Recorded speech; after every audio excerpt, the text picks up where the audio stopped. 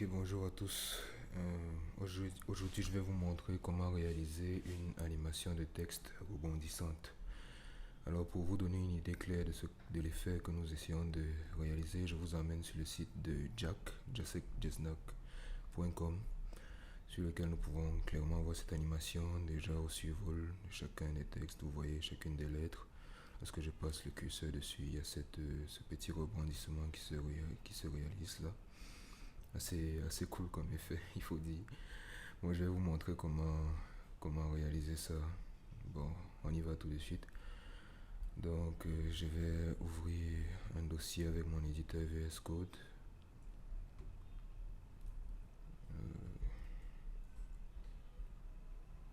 Ouais, dossier ouvert. Je vais créer un fichier HTML index.html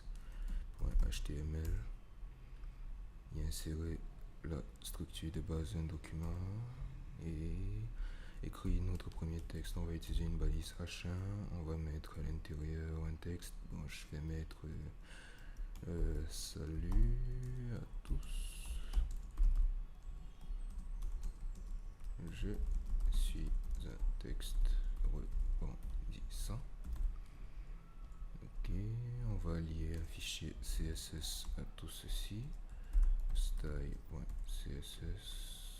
On va voir le contenu, créer un fichier. On va mettre un body. On va lui donner un background color un peu sombre pour rester dans le thème du site de Jack. On va mettre 15, 15, 15. Font size, on va donner disons 2.5 rem et color, la couleur par défaut de texte, on va mettre une couleur blanche. Du coup, on peut déjà afficher ce que nous avons. Ok, on a ce texte ici. Bon, on va changer la police, on va mettre une police un peu plus régulière. Pour ça, on va prendre la Google Fonts Open 100. On va en sélectionner une, pas trop grasse mais pas trop mince non plus. Medium 500 c'est suffisant. Regarde ici, on utilise la close import, on copie ça, on met dans notre code CSS au tout début. Et ici, font family, on récupère ceci, copie, paste. Ok, avec ça, on peut regarder où on en est. Ok, on a ceci, on peut progresser. Bon, déjà pour notre animation, on veut pouvoir cibler chacune des lettres. On veut pouvoir ajouter un événement de rebondissement à chacune des lettres. Du coup, chacune de nos lettres doit pouvoir être sélectionnée comme élément à part. Pour rendre cela possible, on va isoler chacune des lettres au lieu d'utiliser un unique élément H1. On va isoler chacune des lettres à l'intérieur d'une balise span. Ici, je fais la sélection. J'utilise la sélection multiple de VS Code. Pour ceux qui ne la maîtrisent pas, je maintiens la touche Alt du clavier et à coup de clic, je mets différents curseurs pour nous faciliter la tâche plus tard, éviter des copier-coller hyper répétitifs. Ok, étant là, on ouvre la balise span, les balises span, on ferme, on avance un peu, sélectionne, couper, on colle à l'intérieur des balises span.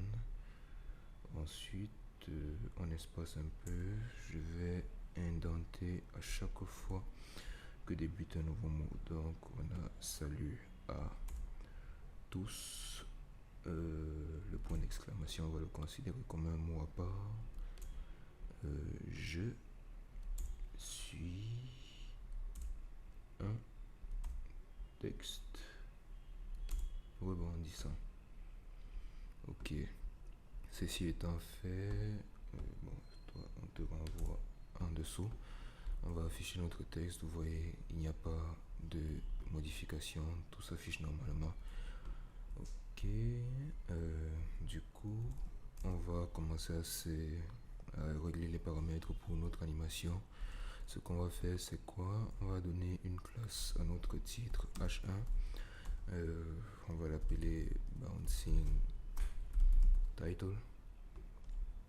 On va donc récupérer ce bouncing title, et étant donné que c'est à chacun de nos éléments span qu'on veut affecter un style, une animation, on va ajouter ici span, ce qui nous permet de sélectionner chacune des lettres ici présentes.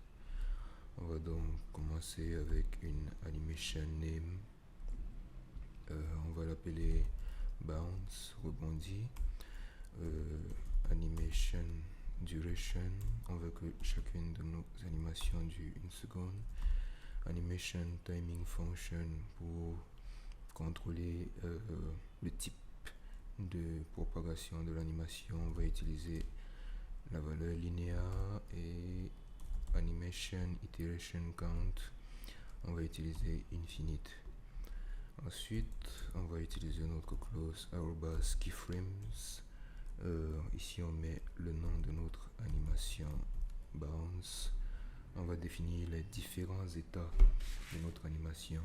Bon, ici je vais y aller d'un coup sans vraiment vous expliquer de quoi il est question. Je vais d'abord écrire le code, ensuite je vais vous expliquer un peu mieux de quoi il s'agit. Donc on met là-dessous transform scale 1, 1. Ensuite, position 40%, 45%, transform scale 1.75, 0.65. Ensuite, 60%, transform scale 1.25, 0.75. Et pour finir, position 90%, transform scale 1.95, 1.85, c'est mieux, 1.85 et 0.85, 1.15 pardon. Ok, donc pour faire court, chacun des pourcentages ici présents représente une étape de l'animation. On a ici la première étape représentée par 20%, où la propriété transform scale 1, 1 va s'appliquer à chacun de nos spans. L'idée c'est quoi? L'idée de la propriété scale, c'est de permettre de changer les dimensions d'un élément. En appliquant un scale 1, 1, notre élément ne change pas de taille. En appliquant un élément un scale 1.75, 0.75, on va avoir la largeur de notre élément qui sera multipliée par 1,75 et sa hauteur multipliée par 0,65. Du coup, notre élément, notre lettre dans le cas présent, va se retrouver comme aplati du côté de la hauteur. Ici, à l'état 60%, on a un aplatissement un peu moins puissant, mais toujours un aplatissement sur le sens de la hauteur, pareil à l'état 90%. Bon, pour vous faire une démo, après tout ce charabia un peu, je vais vous montrer à quoi ça ressemble de ce côté. On actualise. Un problème. Ah d'accord, je dois mettre un display inline block ici, parce que la propriété scale ne s'applique pas sur les éléments de type inline comme nos balises span. On va donc leur donner un display inline block. Du coup, si on affiche la page, vous voyez chacune des lettres rebondit à l'infini, mais c'est pas vraiment l'effet qu'on veut. Du coup, on va déjà enlever cette valeur infinite, on va lui donner une valeur entière, on va la passer à 1. Du coup, quand on va rafraîchir, vous voyez, ça rebondit une seule fois. Bon, maintenant, on va ajouter un code de JavaScript pour faire en sorte que ce soit au survol de chaque lettre qu'on ait ce rebondissement. Déjà, on va ajouter une classe CSS ici qui va nous servir Dans le code de JavaScript, on va l'appeler bounce et c'est à l'intérieur de cette classe qu'on va mettre notre animation name bounce. Déjà avec cet effet, vous voyez, le bouncing, l'effet de rebondissement ne s'applique plus, peu importe combien de fois j'actualise ceci, parce que l'animation name est présente uniquement pour les classes, pour les éléments qui ont la classe bounce. Ici par exemple, pour vous faire une démo, je peux ajouter la classe bounce à cette lettre S uniquement. Vous allez voir, quand je recharge, il n'y a qu'elle qui rebondit. Justement, avec notre code de JavaScript, on va faire en sorte que ce soit au survol de chaque élément que la classe bounce soit ajoutée pour chacun. Que la classe bounce soit ajoutée pour chacun pour finalement avoir l'effet que nous recherchons. Donc, je retire ceci, je crée notre balise script. Je vais utiliser un fichier externe, script.js. Je crée le fichier. OK.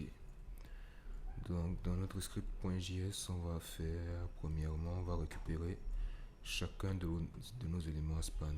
On va faire un document.query selector all.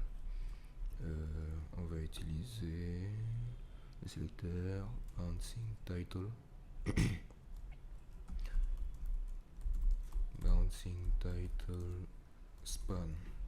Grâce à ce sélecteur, nous récupérons en fait un tableau qui contient tous les spans qui sont présents dans un élément possédant la classe bouncing title. Du coup, sur chacun de ces éléments, on va exécuter une boucle. On va exécuter la fonction suivante. Bon, on va appeler ici span. OK.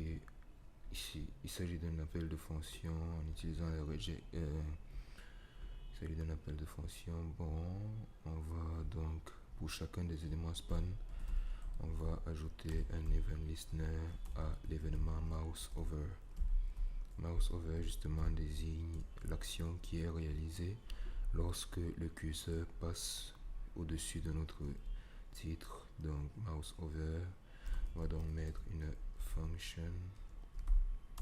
Donc qu'est-ce qu'on veut, quel événement, quelle action doit être réalisée à chaque fois que le curseur survole une de nos lettres.